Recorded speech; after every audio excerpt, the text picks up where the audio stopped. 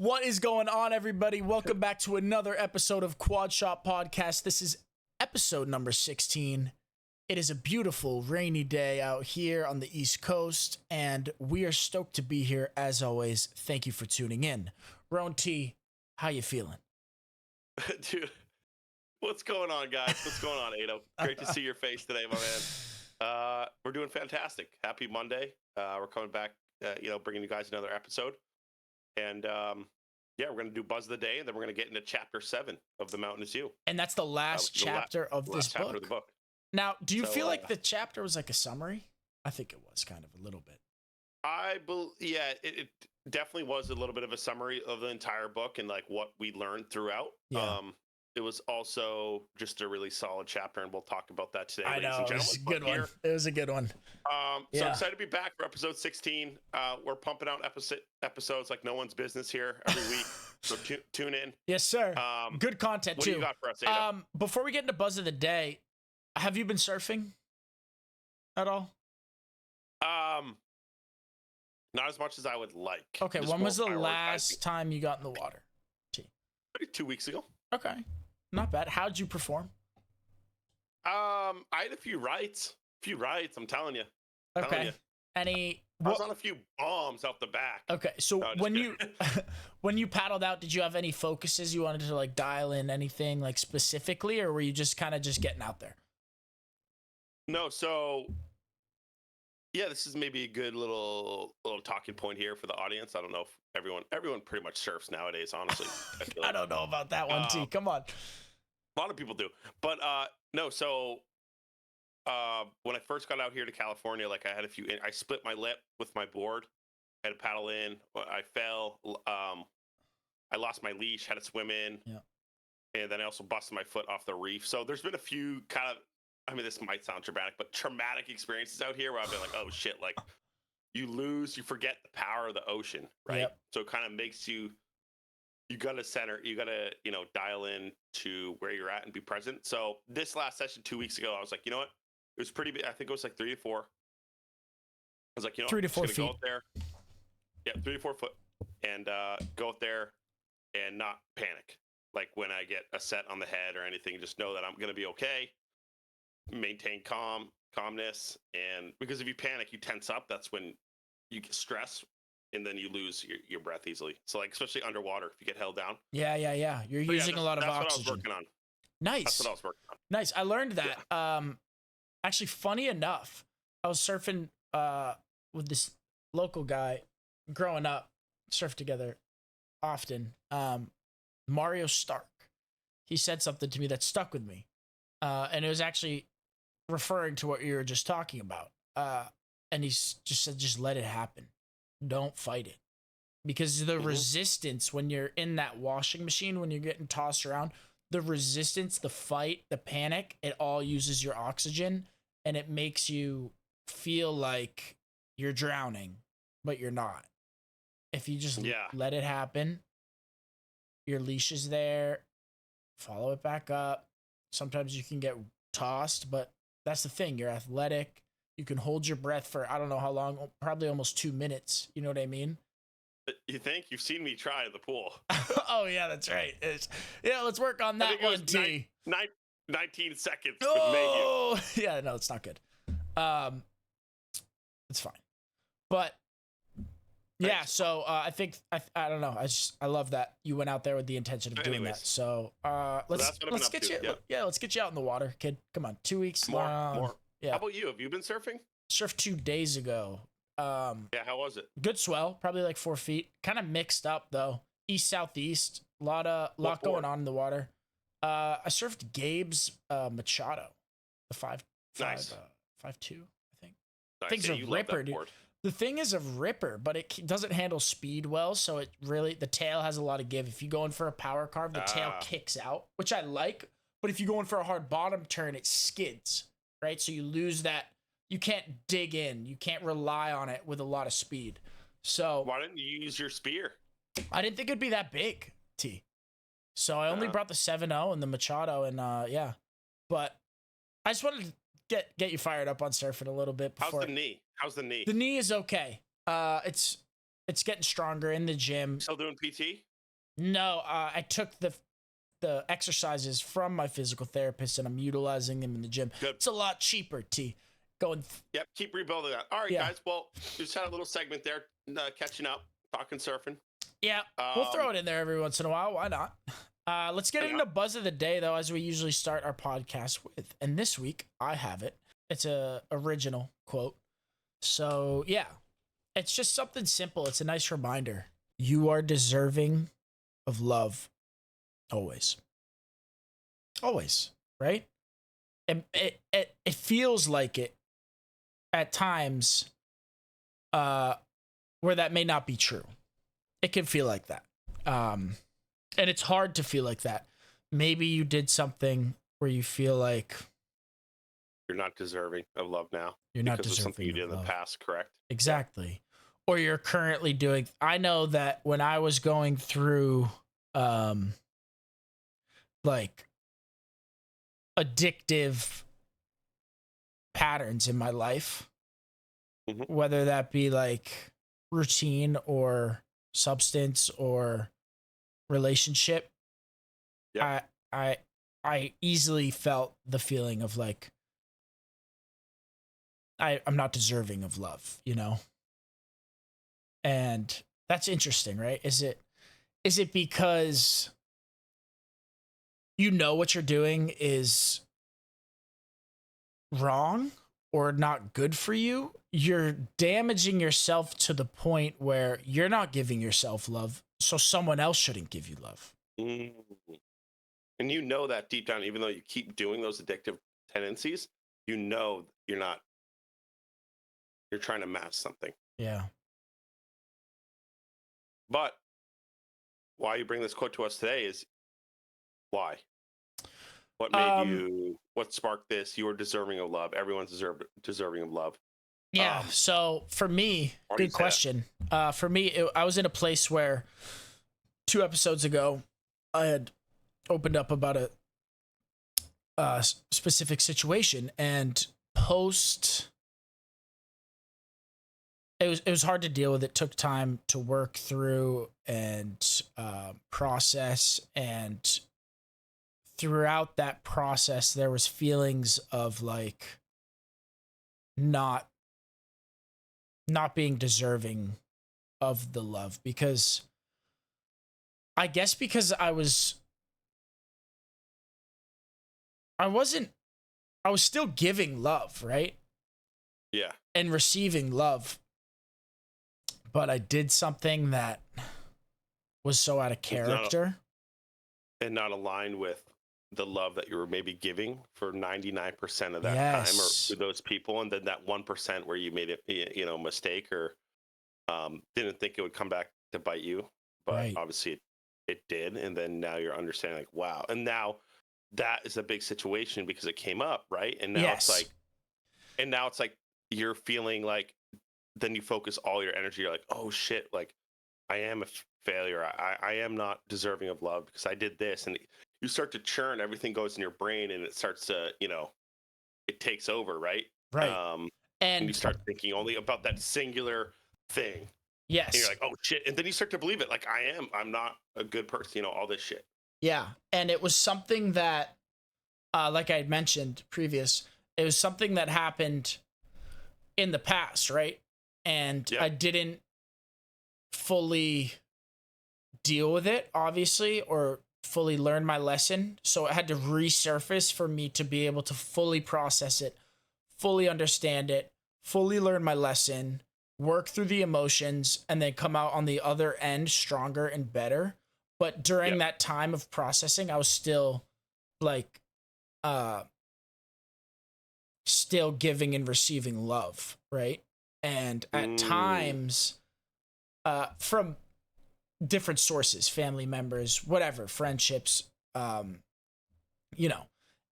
at times it felt like even those previous relationship, right? Even those exactly. But yeah, everyone. At times, like while processing those emotions, at times it felt like, I don't know, like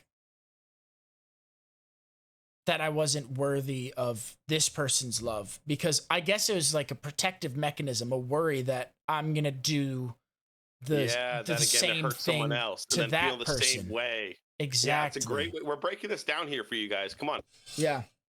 But yeah, so I landed in a place that no, that's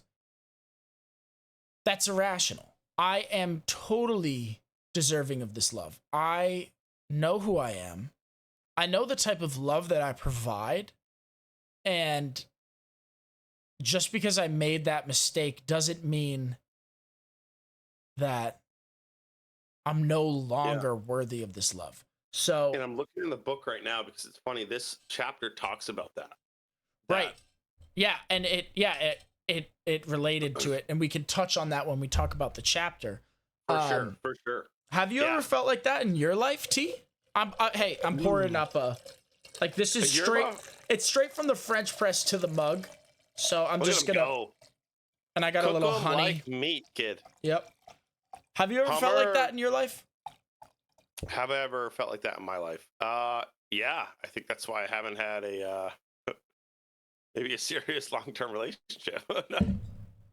Oh my God. Ron T. Do you think that has? Do you think that's a large contributing factor, like the feeling of not being worthy of someone else's love? I would say not finding someone that I feel like has worked, and then also 50% of that as well, like maybe subconscious, that I don't feel like I'm deserving. I will say you are, dude. You're such a fucking amazing person. Yeah. You are. Yeah, and I've started to realize that more and feel like and become more confident and understand that, okay, I am deserving, Yeah. But I think it's hard when you first making bad decisions and choices and being young and decisions and choices on people that you shouldn't be still engaging with, even after giving so much, and them just taking advantage of that. That's been hard. Yeah, but why are they using me for this? But then also me, that was because I didn't feel like I was trying to mask that, or I was trying to compensate for my feelings of being not enough or insecure. So I try to do too much. So I think it was a combination of things where I was trying to fill that gap or void that I didn't feel like I was deserving of love. And then also just, being with the wrong people, but that also they're the right people, dude. They're the perfect people at the time. They played that role, you know what I mean? And that's the opportunity given to you to grow and, it's not your wife, it's not your forever love, but in that time, you know what I mean? Yeah, no, exactly. No, you're right. That's what I was trying to say is not my people, not the right people for me now, but it was in the moment where I was able to learn those lessons to become the man I am today and continuing to become. So, right. And you can only hope that you played that role for them, that you were exactly who you needed to be, and they perceive it that way. You know what I mean? Yeah. Yeah. No, I definitely think I made a positive impact on those people. So, Ronty. That's a positive takeaway with it. Even if it didn't work and it hurt in the moment, at least I know it was aligned with, it was good. That was good, Yeah. So, but yeah, it's good buzz of the day, man. You are deserving of love. And I think that's something that we all struggle with. And it takes someone who's pretty evolved and pretty confident. And I think we're both working towards that, I'm starting to realize that I really am, and to be selective and, yeah, you got to love yourself first. And I know it's a cliche thing, hey, you got to love yourself before you love anyone else. I mean, it's true. Yes. That's a great point. You have to come from a place of self-love with every relationship, right? And dude, shout out the fucking people that love you when you fucking hate yourself. Bro, those are you know what I mean? You want to keep around.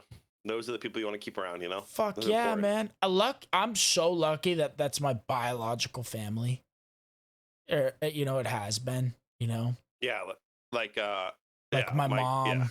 Yeah. I know you want to say Hummer right now. I see it in your fucking face. But yes. Yes. But him though. Yes. Seriously though. Gabe, Vin, Mia, my mom, my dad, grandparents. It's just shout out G. Yeah, dude. I feel so blessed and I'm so grateful that my biological family are the people that would support me through it all, you know, and it's nice Love to that. have that. But it takes a village, right? It takes a village. So Mhm. some people don't have some people don't get along with their biological family like that. Some people do. Some people find it in friendships and people they aren't blood related to, right? Yeah. Like me and No, you, I would say you that. know? Yeah, for you. Yeah, like I definitely have a smaller family presence like that in that regard, like biologically. So I think I definitely you helped me in a lot of those ways, and you're there for me a lot. And then my brother and my mom, Yeah. but pretty small biological it presence on my end. But then I find that through help from you and advice, and so you've been a huge catalyst for me and supporter. So I appreciate you. So I got you, yeah, brother. You have it's been the same for me. family dynamics are interesting. Uh,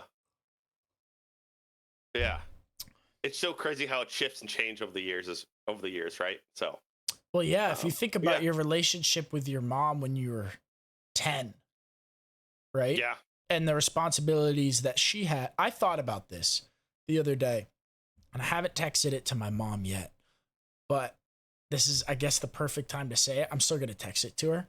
Uh, just like what I wanted to say to her was like, I had this thought, and I'm like, holy, holy shit. It must have been so hard at times raising 3 boys alone sometimes, right? Sometimes she didn't have a boyfriend or some, partner, you know. yeah, partner, yeah, So that must have been so fucking hard at times. So it's like that I have deep appreciation for that. Because I think oh, about 100%. myself and how hard it feels sometimes just to take care of myself. But she not only had to do that, she had to do it times fuck it. She had to do it for 3 other little fucking crazy boys running around, like getting dialed in and fired up and causing havoc. You know what I mean? Like, that's Dude, insane. yeah, that's That's wild. insane. So the Yeah, responsibilities that she had when I was 8, Gabe was 10, and Vin was 12, you know what I mean? Uh, that and must have been wild, yeah, dude. like are so different now that we're older, obviously, but like, Yeah, Jesus, that's wild. So I appreciate you, mom. yeah, I no, love you. it is. Thank you. When you think about it, it puts it into perspective. It's like, wow, this person did all this for us on a daily. Like I remember my mom would never, no matter what, how late it was, how long of a day she had, she always made my brother and I dinner. Like growing up, she never did not take care of us, and for that I'm extremely grateful. And she showed, back to the buzz of the day, she showed, my brother and I that, I mean, me, that we're deserving of real love. And Right, she showed us that, right. Um, so always, shout out, mom. Beautiful, Yeah. beautiful. Should we get into chapter 7? The last chapter of The Mountain Is You. Yeah, why don't we dive into the chapter 7? Let me grab my notes. So, chapter 7. Let's see. What was the name of this chapter?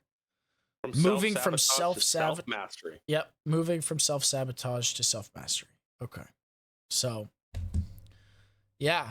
Um My, it's funny. Go ahead. I just wanted to say that I think that she definitely like touched on new stuff in the chapter, but then kind of segued into a summary and a reminder of all the things that she did touch upon throughout the entirety of the book. Yeah. So she did do a little recap overview, but it also was a chapter. Like she Right. touched on things that she didn't, earlier on in the last few chapters. So Oh, one thing that go ahead. sorry to interrupt, but before we dive into the nitty gritty of this chapter, I Yeah. want to ask you, while we're live here, do you want to conclude our review of this book on this episode 16? Or do you want to take it to episode 17 and do a full review of the book? Or episode 17 being a new book, new chapter? What would you prefer? I don't want to rush getting into a new book because I think we need to do an overview. Let's do an in our overview. key So takeaways. yeah, key episode takeaways. 17 will be Ronan's key takeaways and my key takeaways from the book as the book as a whole. Okay, so let's get into chapter 7, moving from self-sabotage to self-mastery. You're about to say the first thing that you continue. Yeah, it's so funny. The first paragraph in this chapter was, which it really resonated with me, because sometimes external factors, I'm like, this happened because this person did this, or that happened, because I didn't get to it, or it comes back to, the natural course of coming to understand that you are responsible for holding your life back. Like, so you are. So the natural course, like, you are also capable of moving it forward. So like I was the one, for example, holding my life back, but I'm also, the most beautiful thing is that I'm also capable of moving it forward. Right. So, and I think I tend to forget that a lot. It's like, oh wait, no, I have the wand here. I create my life. I make my life. I make my bed every day. You make the bed you lie in, right? Yep. So that's always a good reminder for me. And I think every time I see something like that, it always, triggers me like, hey, Ronan, let's have a fucking great day. Like, let's go, get back into that mindset, recreate. So that was cool right off the bat. Goes into controlling your emotions versus suppressing them. Yes. And she says the Buddhists believe that controlling the mind is the path to enlightenment. Now, controlling is a weird word, right? I guess I'd prefer to use the word channeling. Channeling. Like proper use of energy with intention, like understanding that you are directing or guiding your thoughts this way. Or you don't want to control your mind, right? You want to allow it to behave and then regulate your reaction to those thoughts. Exactly. Yes. So the Buddhists define enlightenment by spontaneous and true happiness. I thought that was pretty incredible, right? It's true, dude. Yeah, like the day-to-day mundane tasks, like, oh, I gotta, do the dishes. I gotta, take Nala for a walk. Shout out Hummer. Yeah. You know what I mean? But like sometimes, oh no, sometimes those things can feel mundane, but spontaneous and true happiness, and all of that. And she touched on how you can live your life from a place of this spontaneous, true happiness always, right? It does.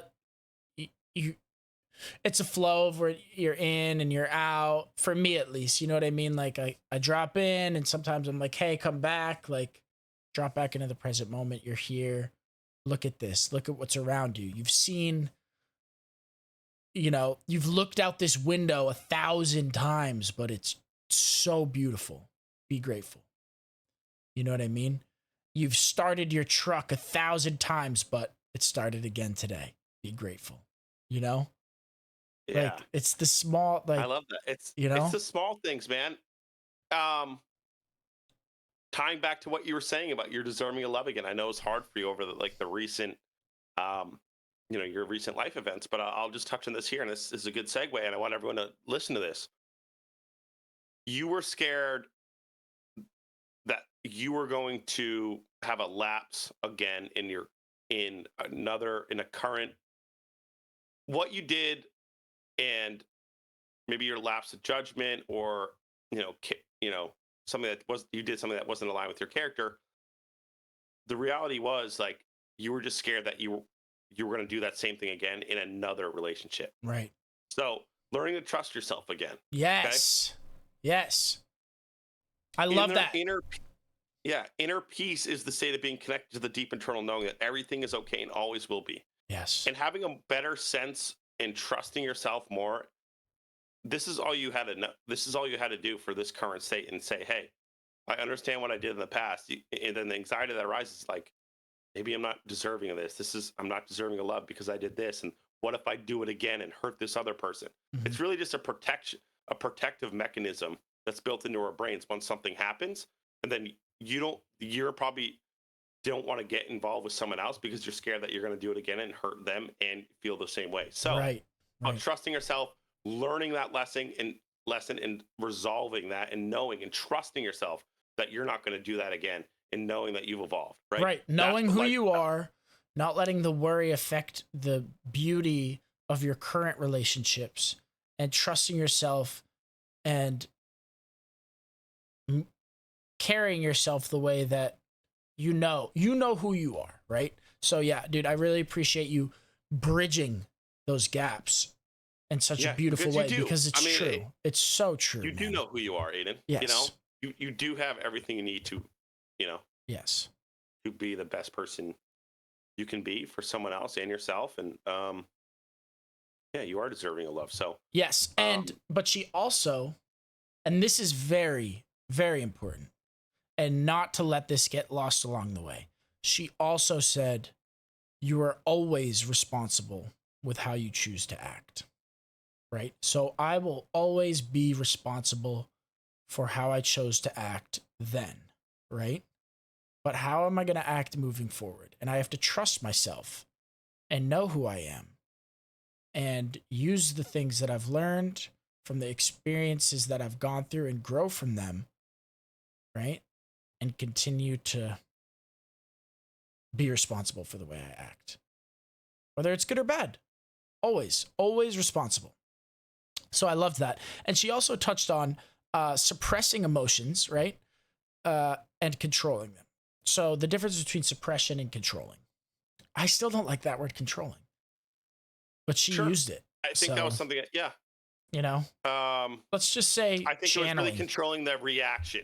It was controlling the reaction to those emotions, not really controlling those emotions. Yes. Right? Yeah, you allow those emotions to come up and arise within your body and your mind, and you control your reaction to them. You accept, say, hey, okay, I understand. Mm-hmm. How am I going to approach this in the most logical, rational way? Right. And the way that she said it in the book, word for word, is when you are suppressing your emotions, you do not know how you feel, and behavior seems out of control. When you're controlling your emotions, you do know how you feel, and your behavior seems within your control. Yeah. And I love that, because, fuck yeah, you know, it's channeling, it's guiding, it's understanding and we talked about this on the last podcast. Sometimes something comes up when we were talking about impulsive behaviors. Sometimes a situation presents itself in the moment, and it's not so, like she's talked about someone cutting you off when you're driving. That happens, boom, right then, right there. I definitely fall victim of this. Throw my fucking, what the fuck? Slam the horn. Come on, you prick. You know what I mean? Hey, it's the Italian in you. You know that, right? Come on. You know? Yeah. It is, right? But it's interesting, because that's a scenario where it happens right then and there, and then you respond.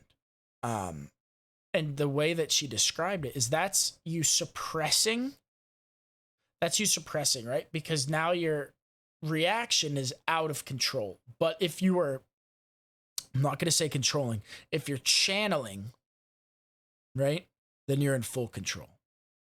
You know, oh, geez, oh, that was close. You know, that's a way different reaction, has totally different feelings. Yeah. Whew. I'm gonna put myself 4 car lengths behind this guy. They might not be paying attention. They seem like they're acting a little reckless. Let's step back a little bit, right? But I've done this a lot. Like, someone does that to me, and I'm like, here we go. The race is, the gates have opened.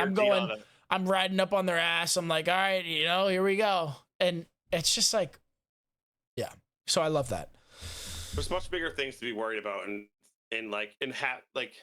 having a reaction to that, and just and focusing your energy on that it's just not necessary and needed. It's kind of like they have nothing to do with your life or your day. You're going to do something, you want to focus on that. Like, that's just how I think about it. It's like, why give my energy to that and get involved with that energy and that space and that negative kind of emotion, just allow that to affect me? Then I have to take extra 10-20 minutes to get out of that. Right. Just from the start, once I feel those emotions, control how I react and just not let it affect me. And not let it affect my day or my purpose in that moment. And say I'm driving somewhere, right? Somewhere that I want to go. There's no need. Doesn't Right. matter. And they're not doing it to make you It's mad. fleeting. Right? No. They're not doing it. They're Everyone's just on their doing it own- to do it. They're just driving. Yeah. They're in their own car. They're in their own space. They're in their own energy. You're the one who's controlling that energy inside the vehicle that you're in. Right? So why fill it with bullshit? Now, prior to the podcast going live, we were sitting here talking. And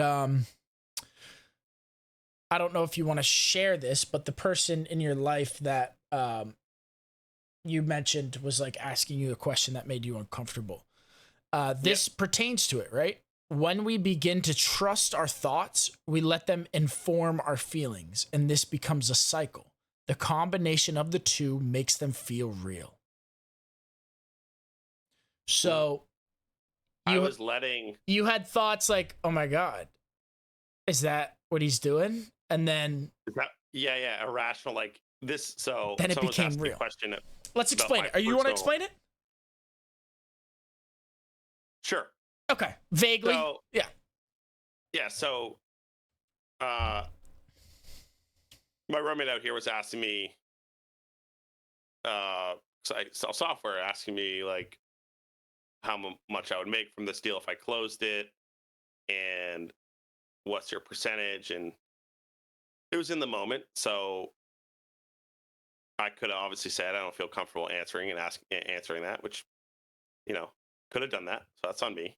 But I told him, I said, hey, I'd get this percentage, and it'd probably be around this size deal, so he could, assume what I would be making. And after I didn't feel good about that, I was like, I felt like I was giving away something. I felt like, and then my anxiety, my brain was like, is he trying to get something else out of me? What's he going to do? Like, is he going to sue me? Is he going to like all this random irrational shit? Like, is he going to use this against me at a later date? Like, then I realized. Well, you asked me. I did ask you. I said, is you this came to me in a place of you felt all these feelings, you created all these scenarios, and then the combination of that, how did she put it? When we begin to trust our thoughts, we let them inform our feelings. And the combination of the two makes them feel real. So it became reality. It felt real. It started to worry you. It induced feelings of fear and panic. So it felt real. And when you came to me, and then I was like, it seemed like you thought this was like real. And me having nothing to do with this situation and knowing nothing that just went on, I was like, dude, well, we have a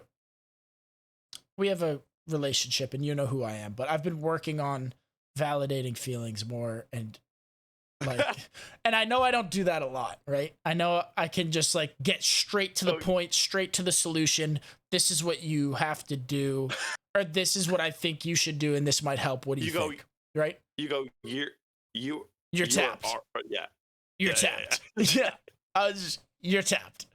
Right? And that's on me. Like, it helped, but it's not everyone needs that. So I've been trying to be more open to more forgiving. It's well, just but it's easy with if Roan T brings you something like that. It's kind of funny. Also, you're just used to like no, like that's you're like, okay, right, and that might be what you need at that time. But sometimes someone, not you, might come to me and says, "Hey, I'm feeling this way," and in my head, I'm like, "That's ridiculous." But they don't need that, right? They don't need a solution. They don't need an answer. They need to be comforted and validated. So I've been working on that. So yeah, today I didn't comfort or validate. I just got straight to the point and I said, dude, you're ridiculous. He was curious. He was just wondering, and he cares about you, and he's stoked for you, and he dapped you up afterwards. He's like, let's fucking go, dude. Good luck. Like, I hope you make this shit. Like, he doesn't care.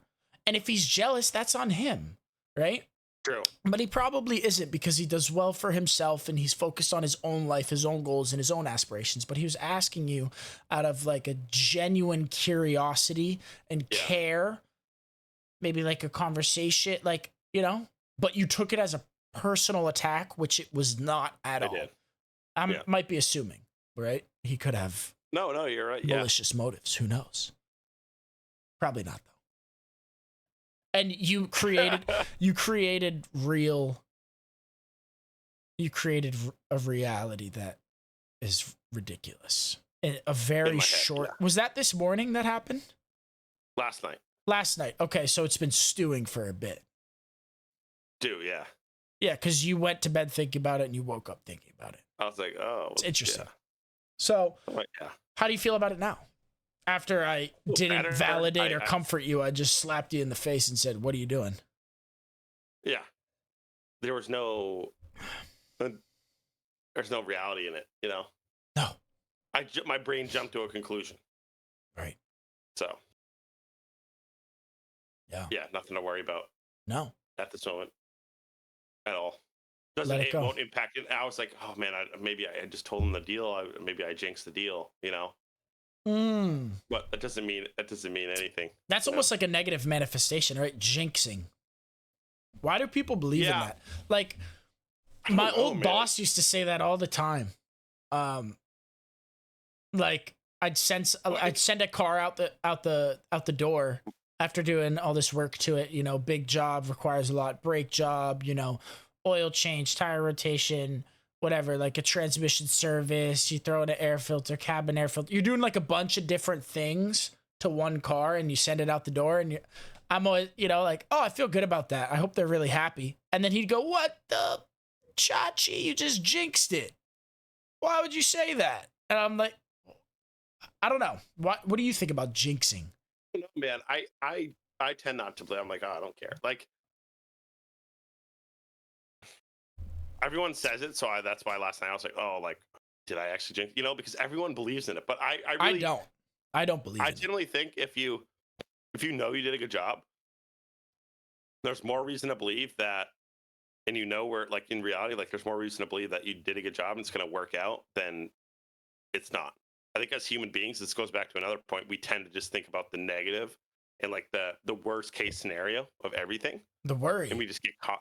Yeah, with the worry that we get caught up in it, you know. Yeah. Most of our lives are worrying. So if you can find that, and this is all this chapter is about, finding your own peace, finding, you know, where you're in that flow state. Where it's like, what was the quote? And I think this goes back to that. It's like a lot of people, you don't have to force the water to be still. It does it on its own when you stop interrupting it. And a lot of people interrupt it, right? Including myself. Let me explain to the viewers about what you just said. So, in the book, she was describing, I forget, this is someone's specific description. This isn't her own. She was relaying someone else's information, but it's a lake, right? So there's a lake, and thoughts on the lake are like stones getting dropped, and they create a ripple effect, right? So our thoughts are like stones being dropped all over the lake, everywhere. So there's little ripples everywhere. Boom, boom, boom, boom, boom, creating and instead of letting waves, them settle, right? And then instead of forcing the lake to settle, the lake will settle by itself if the stones get stopped. I'm not doing it justice. She said it really good. So if you can relax your mind. Point of meditation is to make yourself quiet enough so that the water comes back to its natural stillness. There we go. So the stones stop, you're quiet, and you're not forcing the lake to be still. But you find peace, you find quiet where you allow the lake to be still. Yep. Right? You're not forcing the stones to stop. You're just allowing. And yeah, I love that.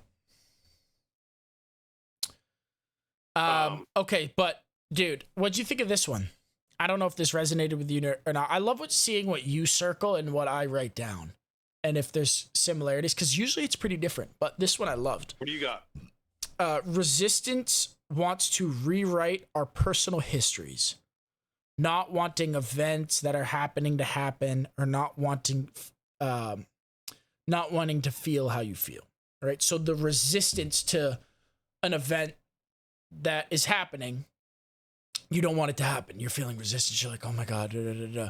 Or you're feeling a certain feeling. Say you're sitting on the couch and you feel a certain way, but instead of feeling it and allowing that feeling to be there, you're resistant to that feeling and you're trying to get rid of it. There's a big difference, right? And I love how she put it. Resistance wants to rewrite our personal histories. Okay? Because when you feel resistance to something, it's an opportunity to work through it and process it. And that's the difference, right? Channeling and suppression. So you're either going to suppress it, and you're either going to feel resistance and push it away, or push it deeper and deeper and then store it in your body, or you're going to channel it, right? And you're going to feel it, and you're going to process it, and then you're going to let it go, and you're not going to store it in your body. And that practice alone builds emotional intelligence. It builds your tool belt, and it allows the readiness of you. You're ready for any scenario to pop up because you're ready to deal with it, and you're confident. And let me touch on something. Touch it. It can be really easy. It can be Quad Shop Podcast 2025, big year. It can be really easy to assume that every feeling and idea we have is not only real, but is somehow forecasting what's going to happen in the future. And that's exactly what I did when I was talking with my roommate yesterday. I said, hey, he's asking me this because he's going to do this and extort me for this once I make this money, blah, blah, all this shit. And it's really a self-fulfilling prophecy. That's not good. It's not good to ruminate in those negative emotions and feelings and thoughts, right? I don't know that that's going to happen. It's not likely, right? Not likely at all. My most positive, best self, and do my best in the moment, and whatever happens, happens. And I trust myself in this day and age and myself to deal with those things. Bottom line, everyone has that ability. Another thing I'll touch on. Fear is trying to scare you into staying small and keeping safe. It is a mortal, limited thing. The feeling of peace is trying to remind you that everything will be okay, because it always is. Yes. Remember all those times that you've worried? You're still here today, breathing, having a great day. You had a beautiful day yesterday. I did too. Most of the time, it's going to be okay, and always will be, no matter what, right? You still have yourself to come back to at the end of the day. And even if you have something that's, you get diagnosed with something or not, all this stuff, like it's going to be okay. Yeah, it's going to be okay. That's a great point. Your story, in my opinion, and this all comes back to being okay with the outcome, being okay with where you're at, being okay with what happens, right? And just being fair with yourself. You deal with what happens, I think that's how the only way I can put it is like just accepting.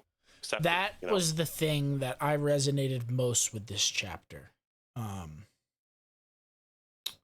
Yeah, the fact that everything is okay, will be okay, always. Like that. You're still here. So true, man. It's so true.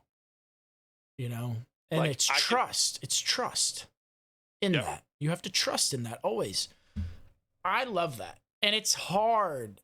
It's hard to see. Sometimes it's hard to see that everything's going to be okay. Sometimes it's hard to see the value in something so terrible. Sometimes it's hard to see the light in the darkness. We're all human beings. We all we need to regulate and understand where we're coming from. And it's okay to have a friend, like you were calling me the other day, like, hey, I don't know about this situation. I don't know what's going to happen. And because you care, right? You genuinely care, and you talk to me about that. But as you've a few weeks out, you know that it's going to be okay. You've processed that, right? Even in the moment, I think you knew it was going to be okay. But these are, genuine concerns that us human beings have. It's just about learning and understanding that, hey, this is recent. This is new. I'm trying to get over this. Like, understand I'm going to feel this way for a little bit, and then control your reaction. It's okay if you feel those emotions, Right. And yes. Go ahead. Okay. While we're still on this, I want to talk about how she says most of the time the people who have gone through like really terrible things or a bunch of different terrible things, right? They're given that opportunity, right? So it's oftentimes when you're put in these situations, right? So coming back to me, for example, when this whole thing happened, right? You said, you probably knew it was going to be okay when it was happening. I did, right? But the reason I knew that is because I have been in these situations before, Yep. right? I have felt the feeling of it's not going to be okay. It feels like just like this deep, like shit. Like, oh my God, this is terrible. It's not going to be okay. This is awful. And then you come out on the other end and it's okay, right? And that comes back to what we say, David Goggins, the cookie jar, right? Think about that time where you felt You're done. you're fucking done, but you came out on the other side and everything was fine. It's like our Think log about run, bro. that time, right? Think about that time where you pushed yourself past what you thought was possible. You pull from that, you know? And those situations are opportunities for growth. And yes, when presented with this situation, because I've been through a lot in my life, I've been presented with so many different types of situations and experienced You're a even more feeling. mentally strong. Exactly. So I love that, bro. And I know you know that, and I know that about you, and it's awesome. Yeah. You've got to have, I think the strongest people are the ones that go through the hardest things. Yeah, but that's the thing. You can go through all this shit and you can let it affect you and never use it for good. Right? Because bad is good. What is bad, right? That's what this is. That's what this is all about. It's an opportunity. There's something I wrote down, and it is the greatest gift that life will hand you is discomfort. It is just trying to show you where you are capable of more. Right? So each uncomfortable situation that you're dealt with, that you face, right? It is the opportunity. It's showing you that there's something here. There's more here. You can grow from this. You can become greater for this. You can become better for this. You can become more knowledgeable, more equipped, right? But it's coming from that place of discomfort. And some people might define discomfort as bad and try their best to avoid it. But if you look at it from a perspective as if it's not something to avoid, it's not something to suppress, it's something to embrace, it's something to be welcoming of, it's something to be present during, it's something to process, it's an opportunity, it's a gift. So, can I tell you, and I love that. Yeah. It is a gift, it is opportunity. And my statement, I realize that is not always true. The strongest people don't always go through the hardest, have the most challenges. I mean, you see people like David Goggins who are very mentally strong, he did push himself and go through a lot. But there also are people on the other side of the spectrum that go through a lot and have a really tough life, and you see them end up, being dead or being a drug addict because they don't take the time to put in the work. That's all it is. It's not the people who fucking have shit lives that are the best. It's the people who put in the work, period. Are you willing to put in the work? You can be blessed, right? You can be blessed. You can have a beautiful life, a beautiful family, a great upbringing, financially free, hot plate every night, every morning, a great school, great friend group. You can have everything amazing, and you can still be fucking great. You can still put in that work. You can still obtain this knowledge. You can still do all this shit, Yep. The number one thing that I took away from this chapter, maybe this is surprising to you or not, but I don't think so.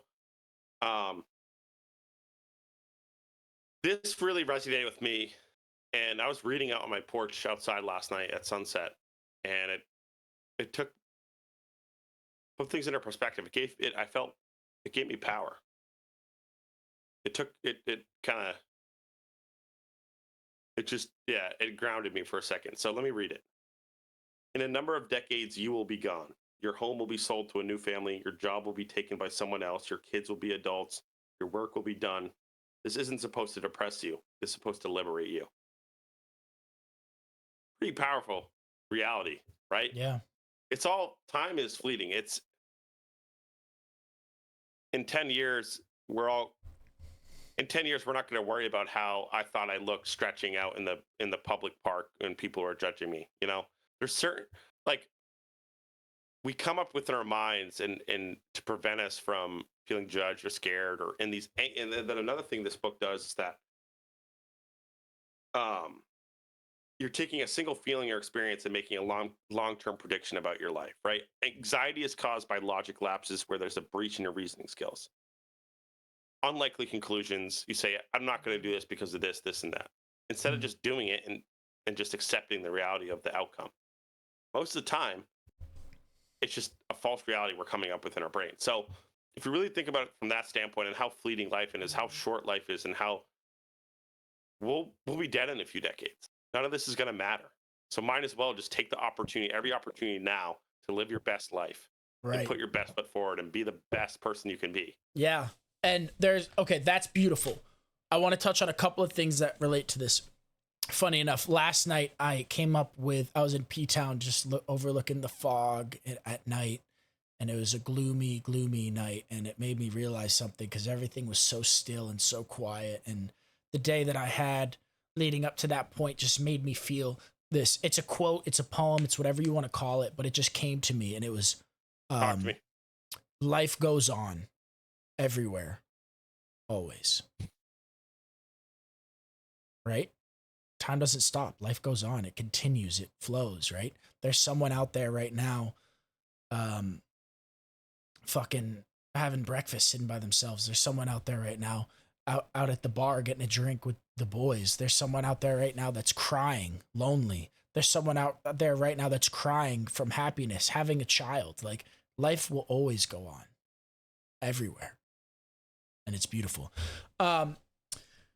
And yeah, so I thought that related to it. And before we close things up here, this was just a really good chapter. I want to touch on a couple of different things that I really, really loved. And it talked about mental strength and the importance of mental strength. And she said that mentally strong people are planners, right? They think ahead, they prepare, and they do what's best for the long-term outcome. And she mentioned that this might seem as if they're not living in the present moment, but that is not the case. It's actually the opposite. And I really, really did love this because I noticed the effect that planning has for me and the preparation has for me and the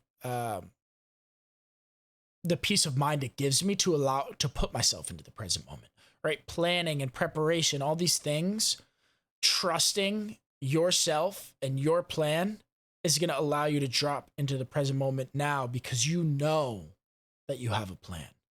And it's when you don't have a plan, when you worry, you think about the outcome. You're like, oh my God, what's going to happen? No, I'm not going to worry because I know what I'm going to do. I know how I'm going to show up because I fucking planned it. You're mentally strong and you're mentally capable of executing that plan in a beautiful way. So I loved that a lot. Yeah, same here. I read that too, and I was like, you know what? Damn right. I do have a fucking plan. Yeah. I am capable of dealing with anything that comes my way. Once you're more confident in that, you're going to be less anxious, less tied down to dichotomous thinking, creating false realities, believing them, and living your true life and not your true life, but also your true life, but having inner peace. Yeah. And as the Buddhists always said, enlightenment, that's the point of life. Enlightening yourself, living in your true happiness. And happiness, also, this chapter touched on, happiness is not something you search for. True happy people don't search for happiness to wake up, hey, I want to be happy today. Yeah. It's not what it is. You allow it. You allow it. You allow it to cultivate and be good. We're not always happy. It's a false reality. People think like, hey, people see me like, oh, you're always in a good mood. I'm like, no, not always in a good mood. It's not a thing. It's not we're not always capable of being in a great mood. Be lying to ourselves, right? So finding that balance, it's finding that that inner peace and letting everything flow through you like water, and then accepting things that the way they come. And go ahead. Didn't know if you. I didn't know if you had something else to add, or you were looking down and you wanted to read something else. Oh, no, I was listening. I was just listening. Oh, okay. But okay. no, okay. I love Awesome. that. I love that. Yeah, no, Yeah. we're not made to feel good all the time. It's No. actually like it just doesn't work out that way, which is good, No. right? Because you're supposed I've to feel noticed- your emotions. Yeah, and I've noticed when I'm struggling or having a tough moment, say the day after I finally feel better, I feel so happy and feel so much better that I know I can feel this way after not feeling good. Yeah. It's almost like It's like getting the flu. It's a beautiful thing, man. Yeah. And you can't have sunshine without some rain. Right. You literally can't. I know as cliche it is, but like it's just life's an amazing thing, and if you tap in and see the beauty in it, then Yeah. it's an amazing thing. It is. So Yeah. what else do you got, my guy? Last few things. Everything can be your teacher. Learn something new as often as you can. Because everything for can me be right your now, teacher. I'm learning how to ride horses. Yeah, dude. I just booked my next lesson. Let's go. I'm stoked for you, This brother. upcoming Sunday. Yeah. I'll be on fucking I know how much you love that, dude, and I'm glad that you booked another lesson because you got to do things for yourself like that in life. Yeah, right? I'm gonna do two lessons a month. Let's go. So I'll be Let's riding. go. Right, and it Giddy up. costs money. It costs money, and you could stop yourself from doing that because of financials or whatever, right? Or time. You don't have enough time, right? But no, There's you're always something. carving the time. You're carving that financial per month, right? And you're going and you're doing it because you love it. And that brings me to how I want to kind of end this chapter review. Yep. Schedule time to do nothing. Schedule time to play. Schedule time to do nothing and schedule time to play, right? Schedule, dial in, get your fucking shit done, right? We've talked about this all the time. All the time. Make a plan, execute the plan, dial in, build your schedule, hit your goals, boom, boom, boom. But you need to put in some time to do nothing, right? Because that's gonna allow you space and time for creativity, right? And then schedule time to play. Schedule time to play, like inner child. Come back to your inner child. Yeah, dude. I've been drawing lately. I haven't drawn in so long. Love it. I love it. Feels probably amazing. It does. Dude, it's weird to get into painting more. Painting, yeah. I haven't painted in a minute. I've been working on a drawing for a while. The tiger drawing. Yeah. I'm still gonna finish awesome. that. That's still on my bucket list, but yeah, I still want to do some paint. There's some painting classes out here and stuff like that. I just think. Oh, dude, I'll share it with the pod right now. I have it. Yeah, right here. Get everyone going on it. I know we're about to close up the episode, but just to share with you my drawing. Yeah, please do. Why not, dude? I've been drawing a dragon recently. Nice. Can you see it? Oh, this is a new one. Look at him. Looks like Hummer on steroids. Dude, it's so interesting. Bro. It's so interesting because I used to be better at drawing because I did it more. So I look at this and I'm like, I almost feel like, oh dang, why isn't it as good as I used to be? I appreciate you sharing that, bro. Yeah. I love that you're doing that. Yeah, it feels good to get the pencil flowing, you know what I mean? And the creative juices going. So schedule time to do nothing, but also schedule time to play. And I think that chapter 7. Yeah. And to end it, she said, mastery is to realize that we are equipped with the mountain. Wait. No, read that last one. I know which one you're talking about. Mastery is to realize that we are equipped to... Oh, dude, I left out a word. Can you find it in the book? It's one of the last sentences. Mastery is I assume it's something that we are equipped with the skills to face the mountains before us. I assume it's something like that, but I left it. One day, the mountain that was in front of you will be so far behind you, it will barely be visible in the distance. But who you become in learning to climb it, that will stay with you forever. Yeah, I love that. That is the point of the mountain. Yep. You have people, just like our last point, and I'll finish on this. You have people who go through a lot of traumatic experiences, but end up not overcoming and leading a life to addiction and self-sabotage and self-sabotage because they never learn to overcome it. Yeah.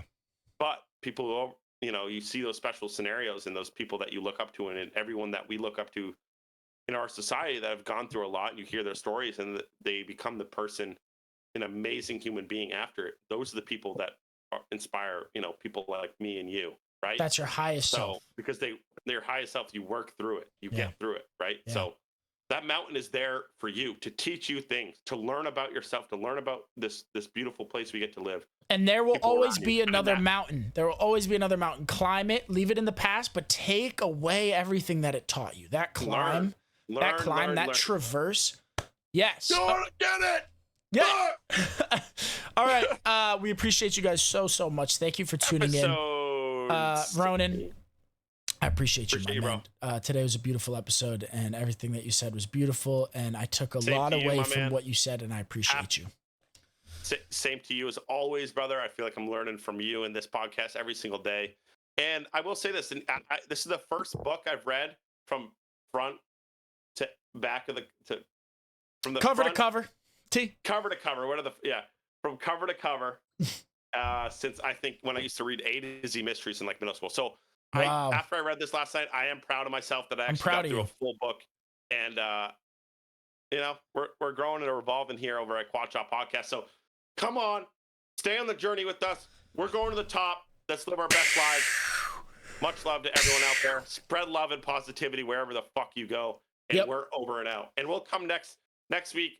We're going to come with our takeaways from the book, and then we'll also have another book that we're going to read and present to you guys. So start getting on the train, man. We'll do a full book review, our key takeaways personalized to us, and then we will also have the announcement of our new book for the following episode 18. So as always, guys, thank you so much for tuning in. We deeply, deeply appreciate you. We hope you took something away from this episode, and we will catch you next week. This is Quad Shop Podcast signing off.